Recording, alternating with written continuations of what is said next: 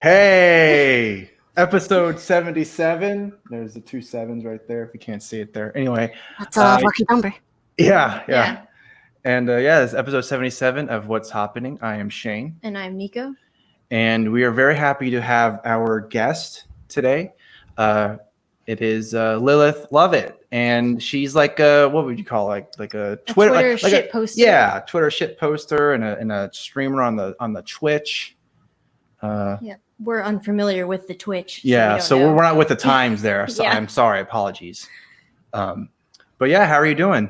And I guess in some ways, some people would call me like a political commentator, and I somehow made a bunch of friends within the political commentating circle. So I guess maybe that's what I am now, because I feel strongly about things, and I talk a bunch, and sometimes it gets me in trouble. Yeah. Wow. That's kind of weird because it's like I didn't consider myself a political commentator, but now I kind of am, but not because I wanted to be. It's just like happened on Twitter. So yeah. Well, kind of like you said, you're like on your 77th episode. I mean, I guess at some point you kind of just walked into it. Yeah. Yeah. Usually how it goes. So it's funny because I think you're actually the first half Asian on our podcast, even though our podcast it took us 77 episodes to get to this point. So congratulations. Seriously? Yeah. I'm the first Hapa on your Hapa podcast.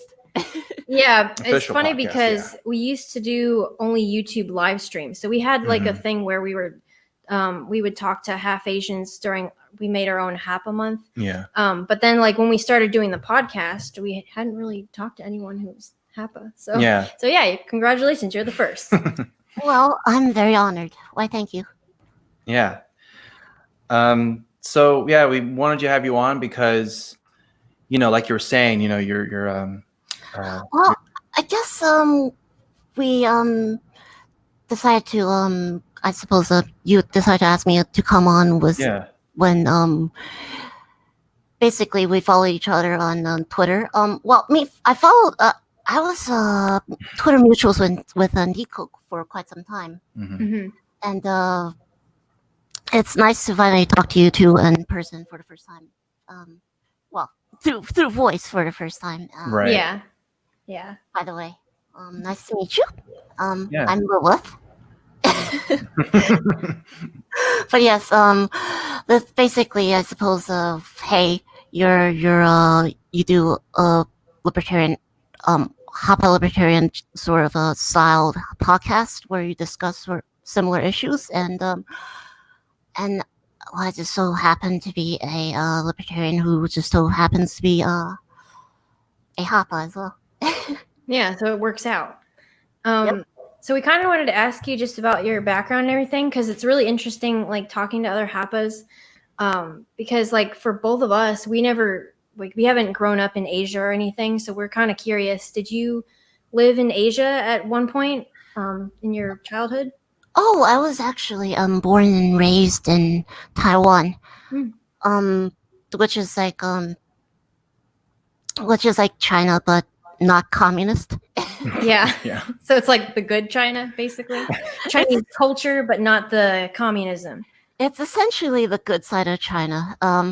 The good side of China that ran away, I suppose, because sadly the KMT lost, so they had to flee the Chinese Communist Party and go to Taiwan, and basically the civil war between the Republic of China, which is Taiwan, and People's Republic of China, which is Communist China, has never actually ended.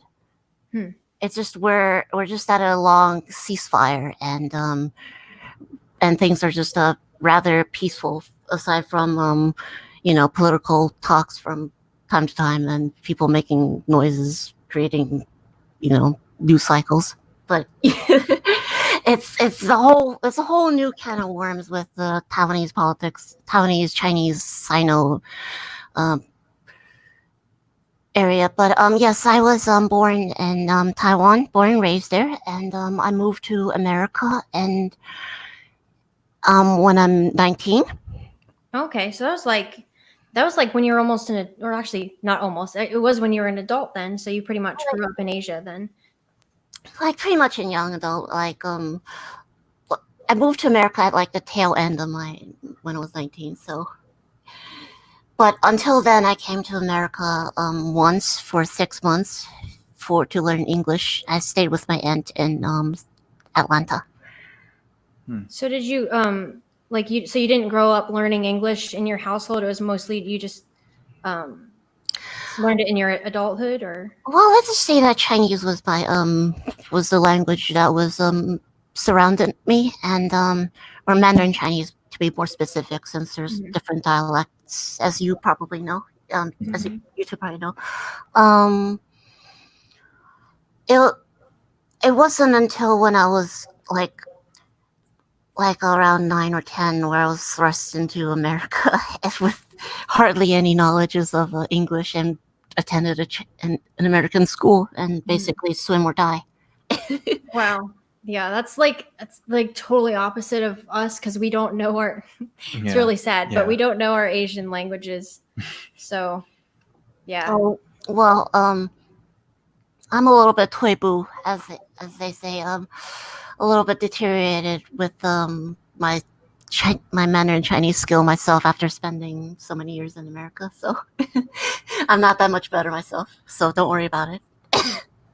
It's interesting that you're talking about the Chinese and Taiwan relationship, and about the war not technically ending. It kind of reminds me of like the Korean War, and how they just had like a ceasefire, like you were saying about China and Taiwan. So I was kind of thinking about that when you mentioned that. So I'm not too familiar with the ethnicity of you two, because I've never actually asked.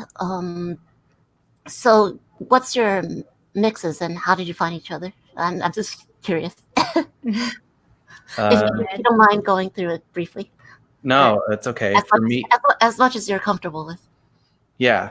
For me, I'm Korean, and I guess like British and American. A mix of white. Yeah, a mix of white, basically. Yeah. And then Anglo-white. Yeah.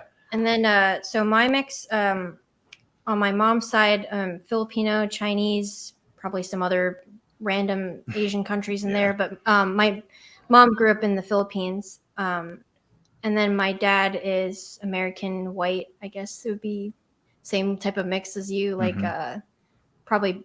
I think there's German and Scottish. So yeah. That's pretty cool. I'm more of like Italian American, as well as we mentioned Taiwanese, but more specifically it would be like Hapa Chinese. Not Hapa Chinese, sorry. Hakka Chinese. It's a type of Kojiaren. I'm not so sure if you heard about it, but no, I haven't heard of. But I'm not really well versed on Chinese culture and everything. So that's fine. But I mean, you two are both like born and raised in the West, right? Yeah. It's something interesting to learn about if you feel like it, but it's not like life or death, so perfectly understandable. It's so cool, like talking to a Hapa who's grown up in Asia, because I feel like if you're Hapa and you grow up in like a Western country, you kind of get like a totally different experience being Hapa. Like I would probably imagine so, but go on. Like when you were growing up, did people treat you like as a foreigner, or did they kind of just treat you as a Chinese person, or like a Chinese person? So I would imagine, since you two live in United States currently, right? Yeah, we're in Texas. Texas, nice. Just as hot as in California, but probably less retarded gun laws. Yeah, basically, yeah. Yeah, a little bit, yeah. But basically, so what were you talking about? Sorry, I had a brain fart. As you might, I might have some of these sometimes. Yeah, now I'm having a. What were we just talking about? talking about like how she grew up being the Hapa in Taiwan. Oh right, right. I remember so, now. So you two, sorry for the little mind skip. So you two were grew up in America, and as far as America goes, especially when compared to some place like Taiwan or other places, really, America is quite a diverse country. So it's not. Mm-hmm. So it's not really a big deal for you to look the way you do. You two are generally either white passing or Asian passing. But Nico's more white passing, I believe. But take that as a good thing or bad thing, as you may. It's all subjective. Because his eyes, like if you cover his eyes, you could totally pass him as a white person, but his eyes just give it away. Oh, a little bit. I mean, people seem to think I'm more white, even though I'm like I'm darker than my mom, even, which is the Asian side. I'm like the darkest member of my family. But anyways, so in America, things are quite diverse, and but in Taiwan, it's a whole different story. It's really quite homogenous, and someone like me. I stand out quite a lot just for having a few Caucasian features, like my nose and my, I suppose my overall eye shape slightly. And like growing up, I suffered a whole bunch of bullying because the nail that stands out usually gets hammered down, as you two might understand. But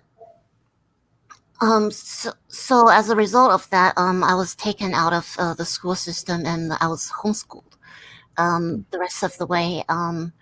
But it wasn't until when I moved to America where I got my GED. So I'm technically a high school graduate, and things work out fine in the end. But I didn't have too much school experiences growing up because of the ostracization, and it's just like coming to America has been quite a little bit of culture shock from like all the sensitivity and how people love looking all sorts of different ways can live together in harmony. I think it's wonderful. I think it's good, but it's just not such a thing just isn't that way in Taiwan just yet. I mean, it's becoming more accepting as most places are. Sorry, I'm speaking too much. But you asked a question, and I hope that answers it sufficiently.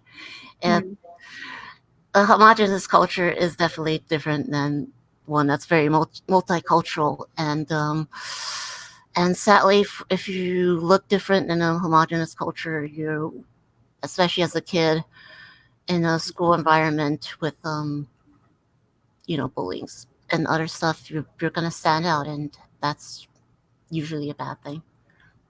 Yeah, it seems like there seems to be more discrimination there, or at least because people always talk about how our country is so discriminatory or racist or whatever, but they don't think about it in like terms of like how other countries are too, because I think America's pretty good on like discrimination issues. Like I think pretty much everyone here recognizes that discrimination or like racism is bad. I would say America is definitely way more conscious about racism and racial issues than other countries are, because like if you have like a country that's 99% Japanese or 99% Chinese or whatever, you don't have to think about such these things. But in America, and it's not a bad thing to think about it. I definitely think being aware of such issues create probably more good than bad. Even though, as we see, sometimes it could go a little bit overboard. Like, as we've seen some the crazier types have been exhibiting. As of late. Definitely. But yeah, I think it's a rough transitional period, and I think a country like America is definitely like the canary in the coal mine. It's something that either hasn't been done before, at least not on the scale that we're doing it. So on at least this international scale. So it's going to create some issues, but hopefully it'll turn out okay because we're all humans at the end. At least that's the way I feel. Mm-hmm. So maybe we can go into a little bit of libertarianism now. Yes. Yeah. You can go ahead. Yeah. So the basic question that I'm sure you get all the time, but so how did you become a libertarian, or at the very least get open to those ideas? Well, I suppose I started out quite young. My father was a teacher, and well, he still is a teacher, I believe. But he likes to read a bunch of books, and from a young age, he likes to discuss issues with me, and often we would argue about stuff, and I guess for some reason, at this stage when I was I think a teenager, my dad started arguing with me about Marx. He brought up Karl Marx with me, and tried to talk about ideas. I believe he was like pretty much into like Noam Chomsky and in the lefty circles back then. And he would discuss Marx with me, and I would read it up a little bit, and I suppose I would have issues with some of the ideas brought up, like the abandonment, of private property, and the arguments that they use for seizing factories. Some of it just didn't make a lot of sense to me because, like, you would. It's just things, little things after the other. But I think the biggest issue I had with Marxism as a young kid, which I suppose as I grew up and learned more, it just that feeling. It's right to have these initial doubts when someone's trying to sell you something, I suppose, even if it is your family. But the biggest issue I had was just the removal of motivations for people, because I believe fundamentally people are more selfish than selfless, and you're not going to work as hard as somebody if at the end of the day your rewards are going to be the same. At least that was the question I posed as a kid, and it's just. I just think, as much as I try to understand it, it's just a part of me just always felt like, to be a Marxist, you kind of have to ignore fundamental parts of humanity, and unless we have such a thing where we have a post scarcity, it's just not going to happen. Yeah, it's funny because when I read some of like Karl Marx stuff and like the manifesto and everything, and it just made me like be more libertarian. I'm like, this doesn't make any sense to me. It goes against like you were saying, it kind of goes against human nature. Well, it's funny too that about that is people criticize libertarianism about, well, you're not putting into account how humans would act or whatever. And it's just like, well, if you had a like private property or whatever, just anything that you own, and someone was trying to take it, of course you just, yeah, go ahead, yeah, whatever, yeah, take it. Yeah, I know, right? Fine, unless you're a dummy, that I don't know why anyone would react like that, It's just you work hard for your possessions, and like even as a kid, I would recognize that I would draw really hard on this drawing, and then my sister would just come and take credit for it, and it's just like, but she didn't draw it. It's just and but. Sorry. It's just. Sorry. A little burn for sorry. A little It's evidently pretty hot here in California. It's feeling That's why I try before we start. I always try to put the temperature a little lower than usual. So I know every time I'm doing like a live stream, I'm like, why is it so hot in here? Like, I don't know. Maybe because I get nervous. Yeah. but it's like I think humans we need something to show for our hard work rather than just a good feeling. You can't sustain a factory based on propaganda alone. And at the end of the day, if you don't have anything to show for it, and it's just what's even the point? People, Marxists will argue that people are naturally cooperative, but yes, we're cooperative if it would benefit the individual coming out of it. It's like it's why we form corporations. It's why we form companies. It's because everybody has like their own unique roles that they excel at, and when you find the right combination, you could innovate. You could create monetary values. You can. That's how you feed. That's how you feed entire countries. It's. So kind of like what I'm getting here is that I guess learning more about Marxism kind of turned you into a libertarian. That's kind of what I see. I suppose it nudged me there. It's just the questions started mounting up, and my dad started like didn't really have a good answer to me other than, oh, you're just really selfish and you're too. But luckily he's not that way anymore. As sadly it's gone a little. But I love him. I love my dad. He's cool. He challenged me, and he made me the woman I am today. And he challenged me to go think critically, question him, question the things I read, and because multiple people have different perspectives and different narratives that they want to push out, and not everybody is perfectly honest with you. So you have to look and find the truth from multiple sources and try to ascertain it the best you could yourself.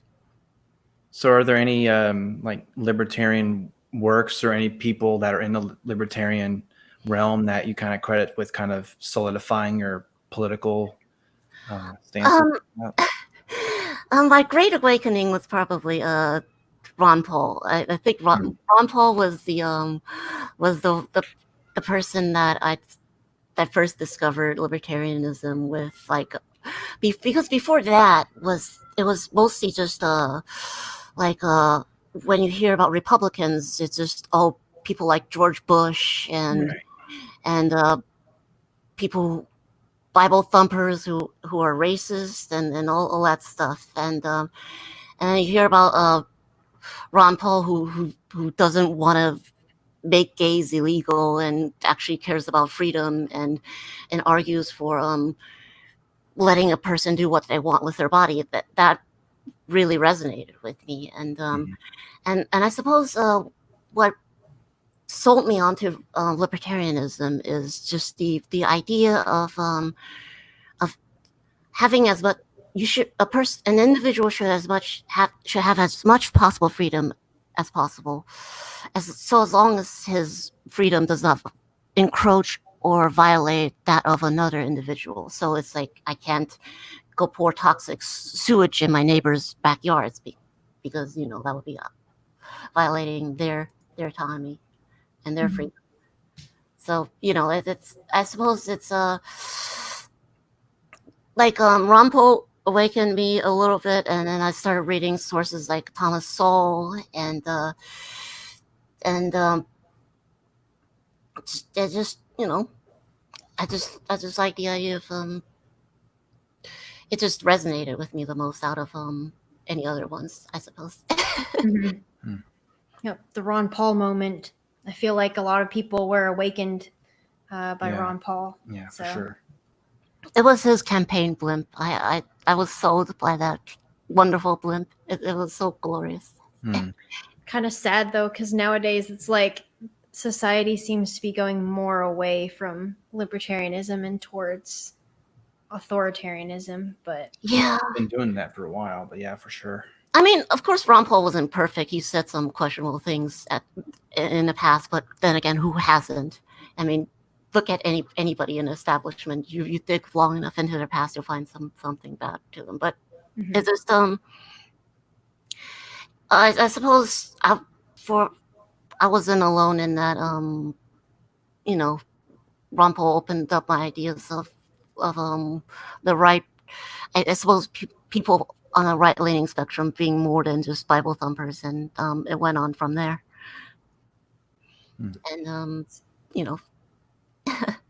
So does that? Or let me see if I wrote this down. So do you get any backlash from the trans community for being libertarian? Because you're trans, and I know like a lot of trans people are more like, it seems like they're more left leaning or like leftist leaning. Well, I suppose I don't get as much shit because I'm like center libertarian. Like I'm not like hardline. Like a conservative or something. Right? Yeah, I don't hold a lot of conservative viewpoints that would really set a lot of people off, I suppose. But a lot of people be like, "Oh, you're a libertarian," and then their immediate mind just turn off. They start relating you to, I suppose, the Tea Party folks with gods, guns, and and that's not saying guns isn't cool and God isn't cool. If you worship God, that should be our freedom to do so. But I feel like the idea of the American libertarian has a lot of baggage to it, and some people would be like, "Oh, you're not an Antifa. You don't support communism," and then they just, I don't know, it's a lot of tribalism, really. It's kind of funny though, because if they ask you if you don't support communism, it's kind of like, well, I kind of grew up knowing more about that than you would. You know what I mean? Like because you actually lived like closer to China and you kind of saw what was going on with them and everything. So yeah, it's just look at. Just look at Taiwan versus China, for example. Taiwan has freedom. We have democracy. We don't have the president for life, and we have like freedom of speech, and we don't have that great firewall of China. My internet viewing experience as a kid was virtually unrestricted as a result of that. It's just it's a whole new world. And really just ask anybody if they would rather live in communist China or capitalist Taiwan. It's just,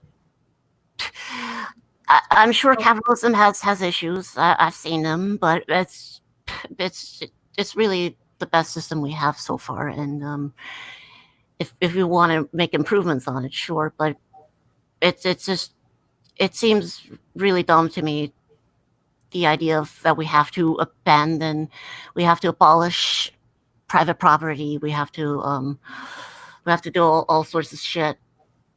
I don't know. I think personal autonomy is important, and personal freedom and autonomy is important. Sorry, go on.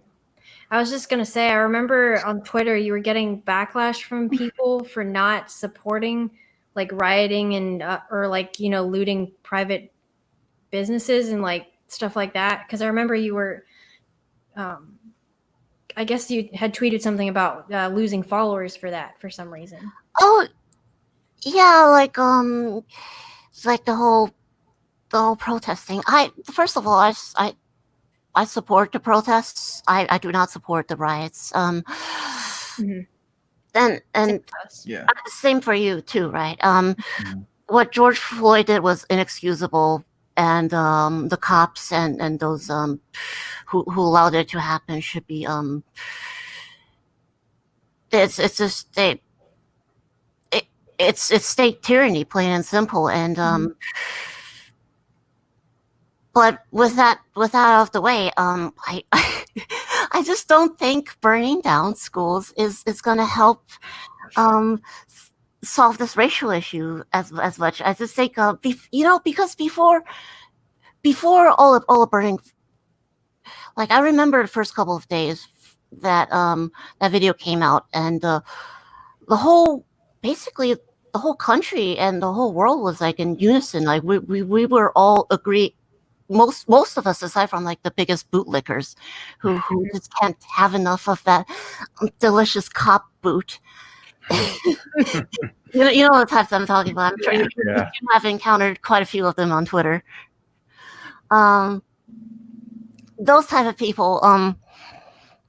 Aside from them, people were all in line. Something needs to be done. We need to fix this. But after the riots, I feel like the consensus has been like, if not split, it's been distracted. So now we have this whole debate with like but they're just buildings, bro. They're insured, and all these edgelords on Twitter talking about how looting and burning down small businesses is actually praxis. Actually, it's crazy with the insurance argument too, because it's like, does that mean I can go harm someone because they have insurance, like they have medical insurance, or like I'm gonna go crash into your car because you have car insurance? I don't know. Like I don't see the. It sounds like that's the argument that they're making, but these are left supposed to be leftists that we're talking about. I mean, do you think in any other circumstances they would have anything positive to say about the insurance company whose very job it is to find as many clauses as they can to deny people and to pay as little as they can get away with? That's the whole job, right? That's true. I mean, even if you like when you have a big medical issue or something, they'll put like a case nurse on your issue to try to save the insurance company money, stuff like that. So, but now they're all for insurance companies because we're gonna. So now we love insurance companies. So now insurance companies are perfect, and everybody has good insurance, and they'll replace everything. It's just not the case. There's like people, like owners who don't have insurance, people who have bad insurance, and it's like some certain store insurances specifically exclude civil unrest as a clause, that as a thing that they'll cover. It's just there's a lot of people who are completely innocent and not just getting fucked up, but it's just. It all stems from the idea that I suppose the ends justify the means, and the bystanders, it's okay to violate their nap because it doesn't matter, I suppose, because fuck them, because they're business owners, and all small business owners are like Jeff Bezos apparently. Yeah. Even the ones who are like, and people were saying like, like that one guy who got his bar destroyed in Minneapolis, and while they were filming the interview with him, people were still looting his safe and everything. Yeah, like that was. I mean, I'm glad that they he got money raised for him, and he was able to raise like $1 million or something like that. Yeah. But like just the fact that it happened is crazy to me. Well, I'm glad that person got his money back at the end, and maybe even then some. But that's sadly not the story for a lot of folks who were caught in a crossfire, who lost their everything, all from something they didn't do. And yes, the anger is justified. There's like it's. I'm not saying it's not right to be angry. I think if anything, people should probably react more angrily whenever the state executes a tax-paying civilian like that. It's ridiculous. It's if anything, white people should and people of other races should be more angry when cops kill their people as well.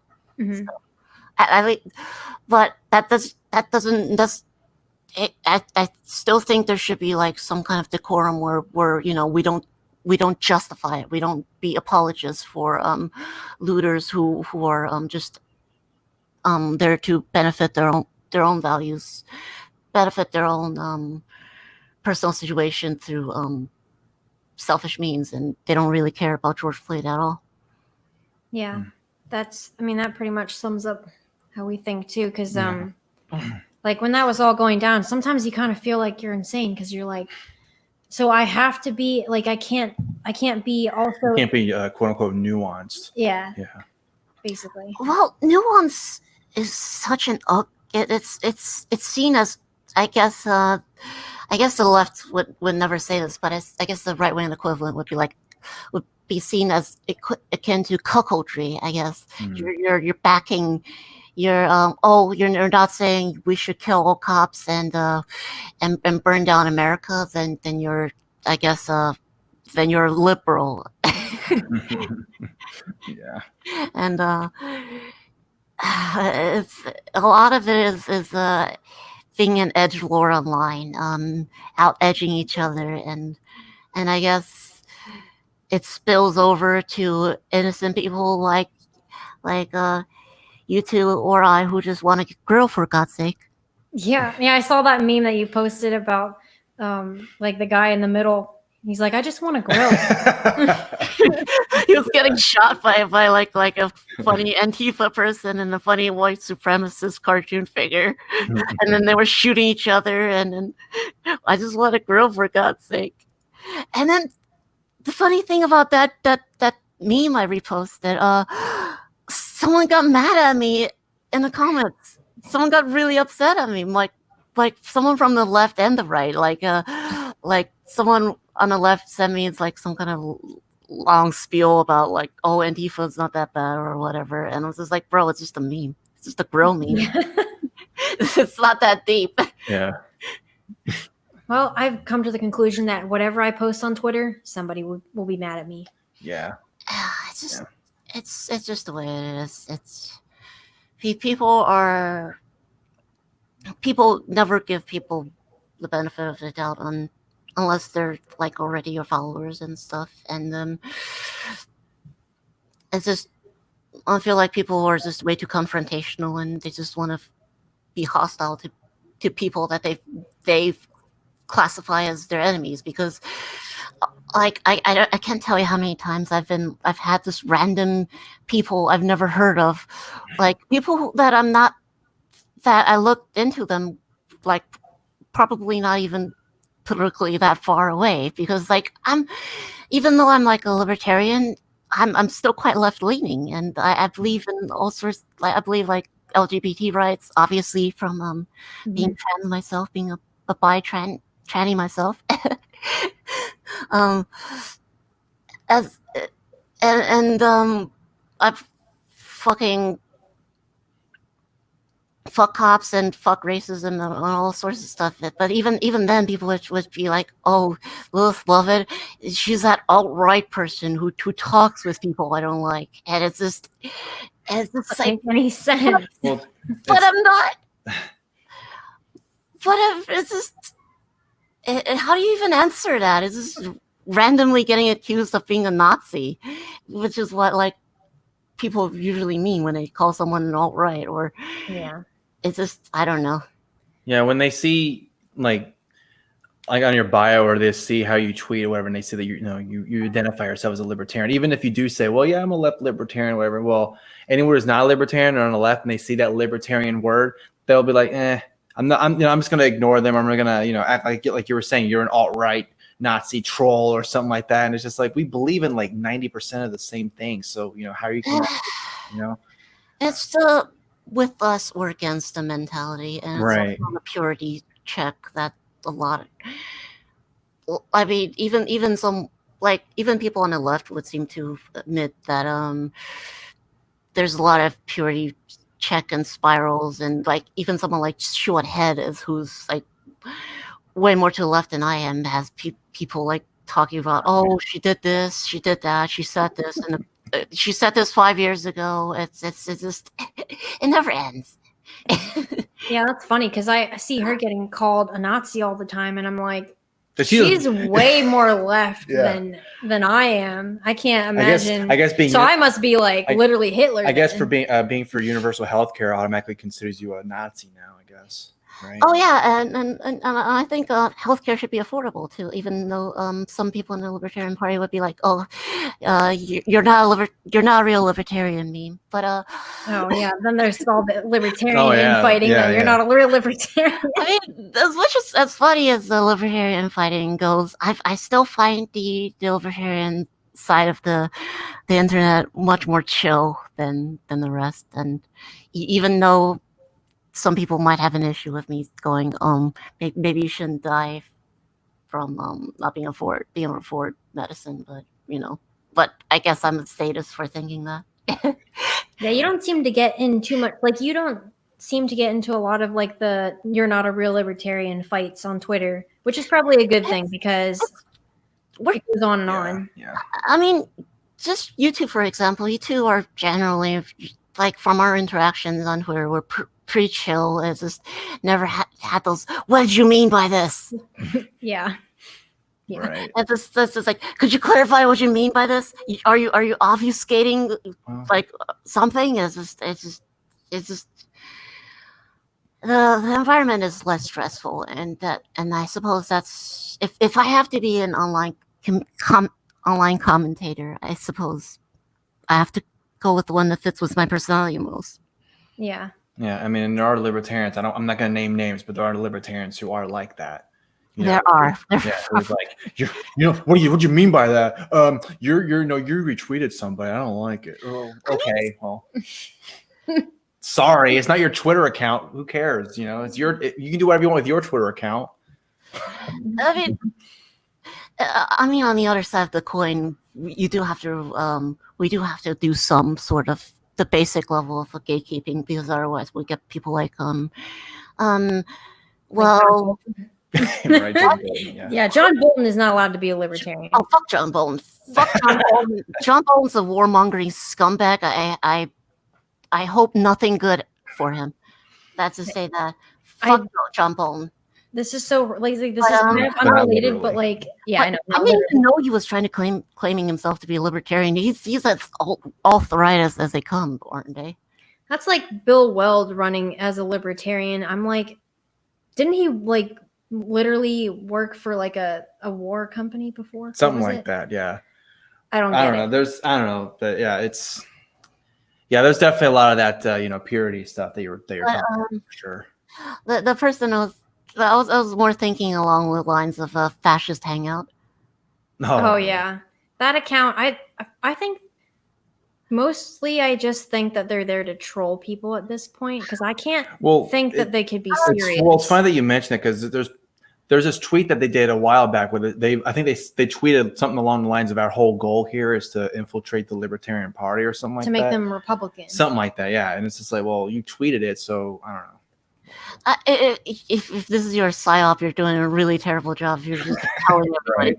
But then again, these people aren't very smart. They think they're clever, but then their power level goes out all the time. So it's they're just there for outrage. Sadly, I don't think Liberty Hangouts a satire or troll. They do seem to be serious, and especially with Caitlin Bennett's mask coming off. It's just the mask slips, and I think it's important that we have to keep out like the fascists who are no better than like authoritarian communists from the Libertarian Party, I believe. But at least the community, I don't know, or do we call it the community or the scene online, or just I just say like circles, libertarian circles. I don't know. But as far as Caitlin Bennett goes, I feel like for her, she seems like she's like, I feel like when she gets older, she's gonna regret posting some stuff. I don't know, like that's. Well, I think anybody that they look back. But I mean, like, she has an extensive online history. Well, that's true. At least, like, for me, I'm like somewhat, still anonymous. Like, I post my name and stuff, but like I don't go out and like interview people and ask them dumb questions. and then people have that video go viral or something. Yeah, that's true. But yeah, sorry. But that's just where I'm gonna leave with there on that subject. Yeah, we can move into some of the more current events that are happening now. Like, I'm sure you've seen that a lot of brands have been canceled for their racist name or something like that. Mm-hmm. So we're gonna bring up some articles. This one first. Yeah, you can bring up that one. This is the most recent one that we saw. But yeah, Eskimo. This is out of the New York Post. Like what is it called? The Mama Jemima. Yeah, that's been coming out. Tries to drop derogatory name over racial insensitivity. So to me, it just seems like, yeah, it says they've been a brand for almost 100 years, and they're gonna get rid of their branding now because they recognize that their term is derogatory. Oh, just now they just never realized that. Yeah, after 100 years. Right. I mean, wasn't Eskimo considered derogatory for quite some time now, if I'm not mistaken? I mean, it seems a bit late for them to change if it's such a thing. Yeah. And then there's also the whole thing with down there in the article, it mentions that they're kind of doing it because of what's happening with Aunt Jemima's syrup and Uncle Ben's rice have been criticized for the names and their imagery. I guess in the future we should just have well, if you look at like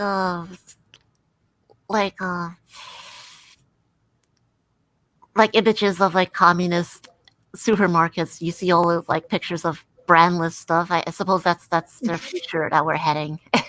So that way nobody would ever be offended. That was my suggestion. Just don't put any pictures or anything on any of the. Yeah, just put words and there you go. Good. Well, maybe even words will be bad. Have you guys watched? Just don't have a brand name. Just say butter. There you go. Here's butter. Yeah. Well, it was funny because there was another article. Have you guys watched Lost, like the show, like from a while ago, like Lost, the TV show? TV show that ended. Yeah. That was like his favorite show. Yeah. The food brand, whereas it's the Dharma brand, whereas it's black and white. It's not offensive. Let's just have Dharma brand stuff. There you go. Yeah. Like the Acme brand, like in Roadrunner, Wile E. Coyote cartoon. Yes. Acme. the future where we're ruled by one corporation government thing. I guess since this is the ultimate direction of our corporatist society, which isn't capitalist. At least it's what I do not consider it. It's just when. How do you guys feel about that? Well, when I see when corporations are taking advantage of government helping them get their jobs done, then I would not consider that capitalism. I would consider that either crony capitalism or corporatism. Yeah, and that's just basically the system that we have with like big companies lobbying governments for more regulations, red tapes, making it harder for smaller businesses to grow. It's a whole big issue with America that extends far beyond capitalism, which a lot of people seem to just like to blanket blame for everything these days, I guess. Yeah, like Monsanto is a big example. I mean, they're lobbying for more regulation to make sure no one else can grow different patents and all that shit. Right. If anything, those sorts of stuff is anti-innovation, it's anti-capitalist. It's exploiting the government for monopoly. It's just, I keep trying to say, a monopoly is going to have a lot harder time forming in a free market system than they would in its current day system, because current day system almost encourages that in some ways. It's almost set up for that. So we wanted to also bring up, like, this is unrelated, but we wanted to bring up your tweet because sure, it was really good. I love talking about my Twitter. So we're going to share the screen. This was about the statue thing. Oh, right. This one with the statue in Seattle. That was a good one. I just find it, because people were saying like, since people were complaining about the statue of Lenin not being defiled or whatever, their reasoning was that it was on private I can't say it. Private on property. Private property. Yeah. It's kind of funny. Which is ironic. Because they want to abolish private property. Yeah, like, because they care so much about private property that, Is this, you dumb non-Marxists, you can't do anything. How dare you talk about statues? It's on private property. Oh, I mean, yeah, I'm glad. But go on. What is, yeah, you can click on the image. Let's see because they said it. Oh, okay. Oh, because he was not a slave owner, apparently. Yeah. I mean, is that true though? Is that true? I mean, he only killed millions of people. Do we consider forced laborers as slaves? I mean, I might say so. Yeah, I would say if it's forced labor, that pretty much to me sounds like slavery. So. I mean, it's just slavery by another name. It's just rebranding. Lenin was a slave owner. You Confederate apologist fucks is what it is from the tweet. So anybody who would have an issue with a giant statue of Lenin, I guess anybody was they're just Confederates. I mean, why not both? I mean, I can think both are on slightly, can't I? And then they're even going after people or like people's statues who don't. Well, here you can pull up the tweet because this one was good too. When about the Ulysses S. Grant statue, yeah. Oh yeah, they tore down the Ulysses S. Grant statue, and I'm sure we don't need a history lesson here, but sorry. Well, yeah, I mean, it's the Ulysses S. Grant was like the Union general, and basically, had one of the biggest hand in abolishing slavery in America, defeating the Confederacy, and that's how they repay him like centuries later. Because to me, it just makes it seem like they don't really care. They're just going to tear down all statues. That's what it looks like to me. Yeah, it just feels like it does come across like that. It's just white people aren't allowed to own statues, so it's like we're just gonna tear down this one because we're not even gonna learn the history behind the person. And one person brought up like, Ulysses S. Grant owned a slave. That true.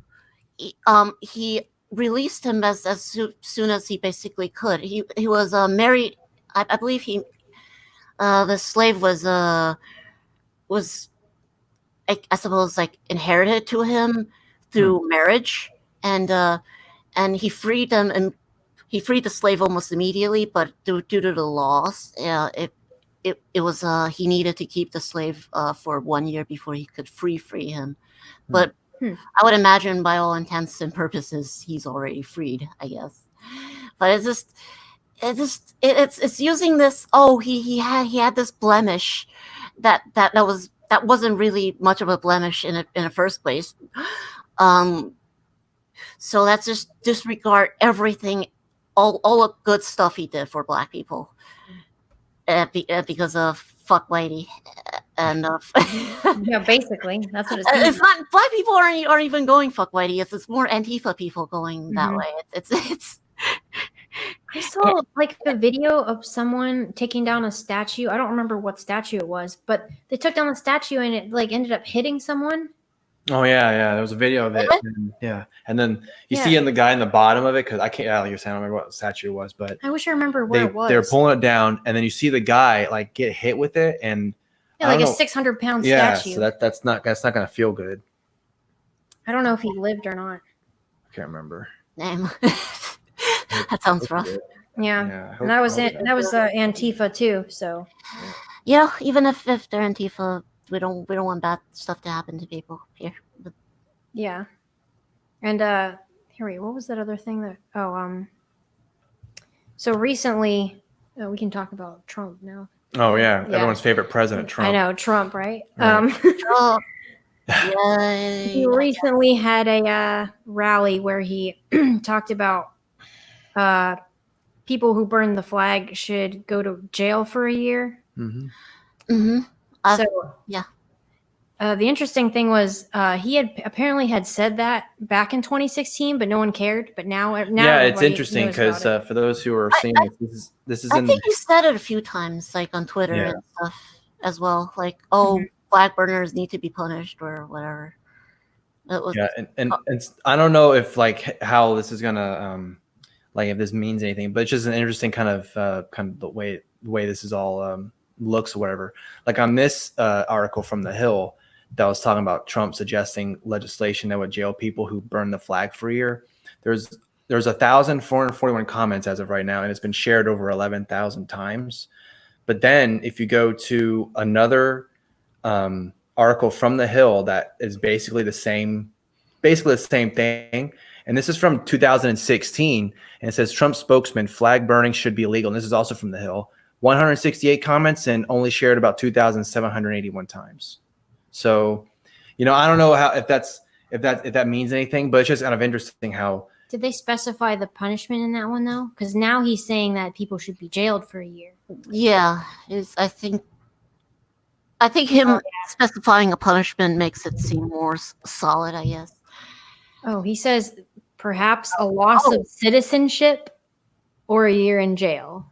Yeah, that was a Trump tweet, I believe. Yeah, I remember that one. Yeah. That, to me, like, I don't know. What do you think about all that, like, in relation to, the First Amendment? Yeah. Well, me?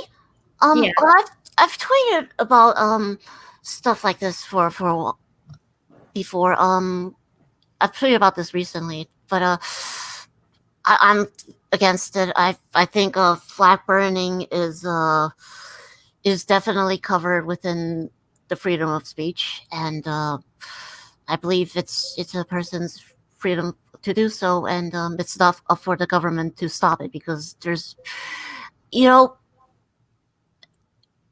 flag could be argued that the flag represents a nation. It represents a lot of things to a lot of people, and I won't deny that burning flags makes a lot of people upset, and makes me upset watching it from time to time, watching these scrawny masked people with stinky dreads burning an American flag, and just I understand why some people would get kind of upset looking at a flag being burned, but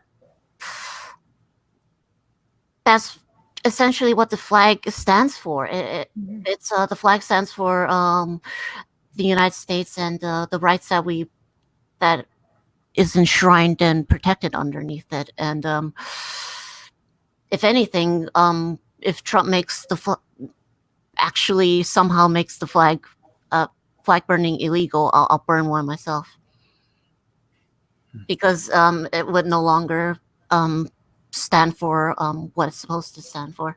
That's true, because I don't know, like when I think of like banning flag burning, even though I wouldn't burn a flag myself like right now or anything like that, but like you said, like it upsets me to watch people do that. But like if you ban that kind of thing, then it's kind of like, well, now what kind of country are we living in? Is this some sort of authoritarian country that doesn't have freedom of speech? Yeah.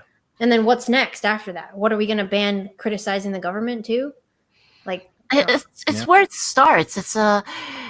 It's ascribing some sort of mystical sort of untouchability to the flag, and I believe a few countries already make burning flags or illegal, and such countries usually don't really have very good free speech protections.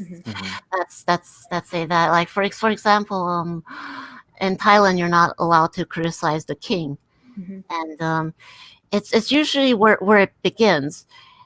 America, we're supposed to be different. We're supposed to stand for a principle that's greater than any of that. It's these principles aren't just a part of our countries. They're what makes America America.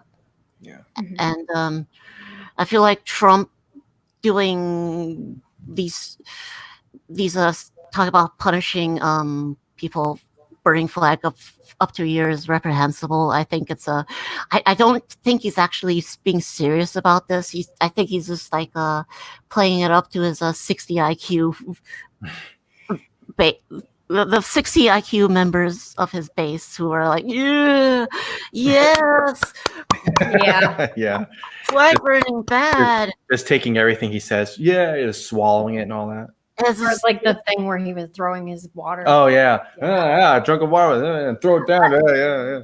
I drank water and you see the video where he just poured it randomly. Where did he pour the water? Who's cleaning that? I don't know. He's like, I don't know. I guess that's what people like to see or something. His minions will clean it up for him. It's okay. They got it. They got it. But I should make it clear, like I don't have a Trump derangement syndrome, but it's just stuff like this should make any libertarian pissed off. I think. Yeah. It is funny, like talking about the Trump derangement syndrome. It's funny whenever, and I'm sure you get this too, where if you do tweet something like anti-Trump, you'll get all the Trump supporters like, I can't believe you say that, all that stuff, right? And then you tweet something pro-Trump, and then all the I can't believe you must be a Trump Nazi. You don't even have to tweet something that's pro-Trump. You could just tweet something that's adjacent or you agree with something that he did, like that time when he proposed to defund the WHO because the WHO. Have you guys talked about the WHO before? A little bit. Every time I try to say that word, I can't say, like, the World Health Organization. I don't know why I can't say that word. But yeah, they're kind of, I mean, to me, it seems like they're just in bed with the CCP, basically. They basically are. They refuse to name Taiwan. They're afraid to even say the word Taiwan. And they just take the CCP's report for word face value without questioning. And it's just and when Trump says he wanted to defund it, I was for it because I was speaking out against the WHO and talking about their Chinese influence for quite some time, and I think it's a good thing that because as much as they seem to be in the pocket of the CCP, the United States is actually the biggest funder of the WHO. So why are we funding them if their loyalty seems to lie elsewhere? You know. That and that's just the point. So I talked about why and how it's a good idea to defund the WHO and where the money could be better spent. And people just got really mad at me, and I have some people with like a hashtag resist in their name or in their bio, and there's just some really belligerent. I don't know what else to call them. I suppose political boomer types who seem to think I'm some kind of Trump supporter, just for simply saying, defunding WHO is pretty cool, my man. Yeah, it's like, oh, you agreed with Trump this time? That means you're a Trump supporter. Yeah, you're not allowed to have, like I was saying before, you're not allowed to have nuance. I know that word sometimes is like weird or whatever, but I mean, it's true. Like you were saying, talking about defunding the WHO or whatever, and saying, yeah, I like that. It's a good idea. And everyone's telling you, oh, you're a Trump supporter, you're a Nazi, white supremacist, blah, blah. And then I'm sure you'll tweet out something the next day. Man, Trump says something stupid. I don't like that at all. And I can't believe it's, that's our president you're talking about. Oh, I get people mad at me every single time. Yeah, I know. Yeah, the life of a libertarian, as they say. It's I talked about it. I think it was about the same flag burning thing. And then I had some random person go like, "Oh, well, what will Joe Biden do for you?" But I'm not talking about Joe Biden. Yeah. That's like, whoa, what does that have to do with that's anything? Like the whataboutism type of thing. It's like, what about this? That wasn't. Both sides seems rather guilty. Yeah. at it. What about? Well, what about Trump? What about Joe Biden? It's just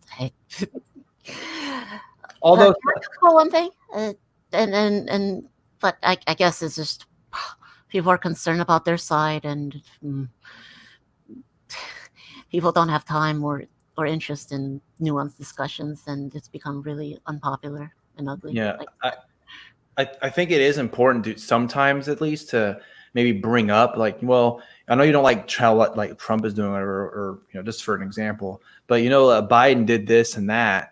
Like, I think it is important maybe to sometimes bring up like things he's actually done. Like everyone always brings up the crime bill about Joe Biden or whatever.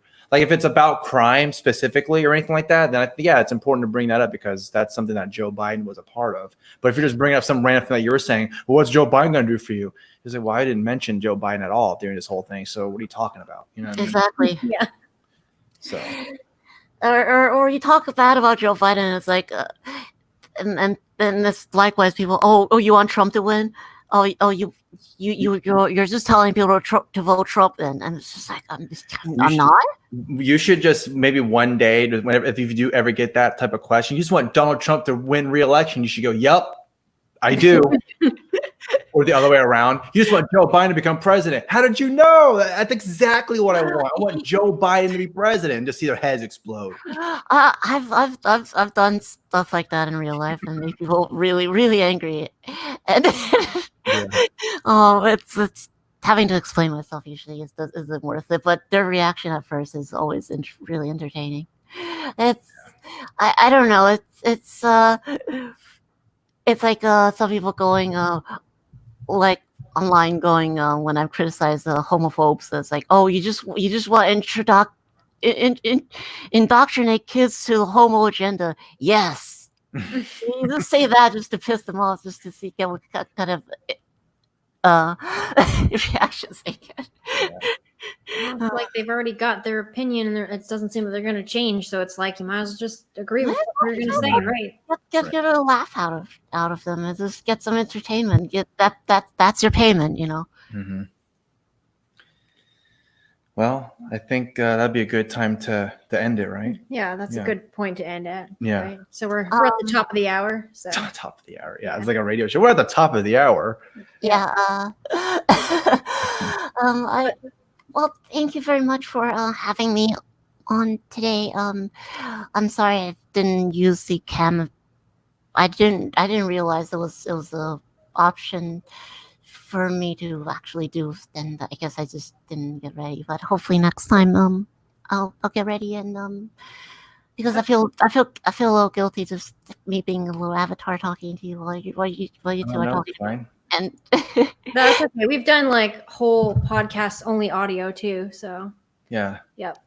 But just before you go, if you want to just like plug your Twitter, and then we'll also have some of your links in the description too. Anything else that you want to plug? Oh, sure. I do a podcast with my friends, Short Fat Otaku, from time to time. He's like another I suppose like center political commentator, and me and Scrump, we record this podcast from time to time, and my biggest presence currently is on Twitter, Lilith Lovett. It's at Lilith Lovett, and also I stream on Twitch, which has the same name for now as well. And in the future, I will hopefully be a YouTube commentator person who also uploads on BitChute, because we got diversify, right? We can't just I think it's I don't know. Do you upload to like multiple places? Yeah, we have we have the video go out on YouTube and BitChute, and then we also do audio on Spotify, iTunes, for a podcast. Stitcher, and Simplecast. That's it, right? Nice. And other platforms as well. But yeah, those are the ones that I usually share. Yep. So so yes, Lilith Lovett. I Twitch streamer, gamer person, internet commentator, and generally a chill person, I hope. Well, thank you so much for coming on, and Thank you for having me on. It was really fun recording, and yeah. I'm glad to finally talk to you because I feel like we interact on Twitter a lot, but we never talked like in person or anything. And feel free to like ask more like questions. I mean, if you want to have me on in the future for more like topics or questions, for sure. Okay. Just me up on DMs and stuff, because I believe we were talk about like a few topics that didn't get brought up. But thank you so much for having me today. I had fun, and I hope you two did too. Yeah, it was good. Yep. Yeah. So again, thank you so much for coming on, and to everyone listening, thank you for listening and for watching. And we'll see you. Thank you for listening. And I hope my presence here was more appreciated than detrimental. Of course. Yep. All right. We will so much, see you in the next one. Bye. Thank you. And goodbye, fellow Hapa libertarian people. Bye-bye.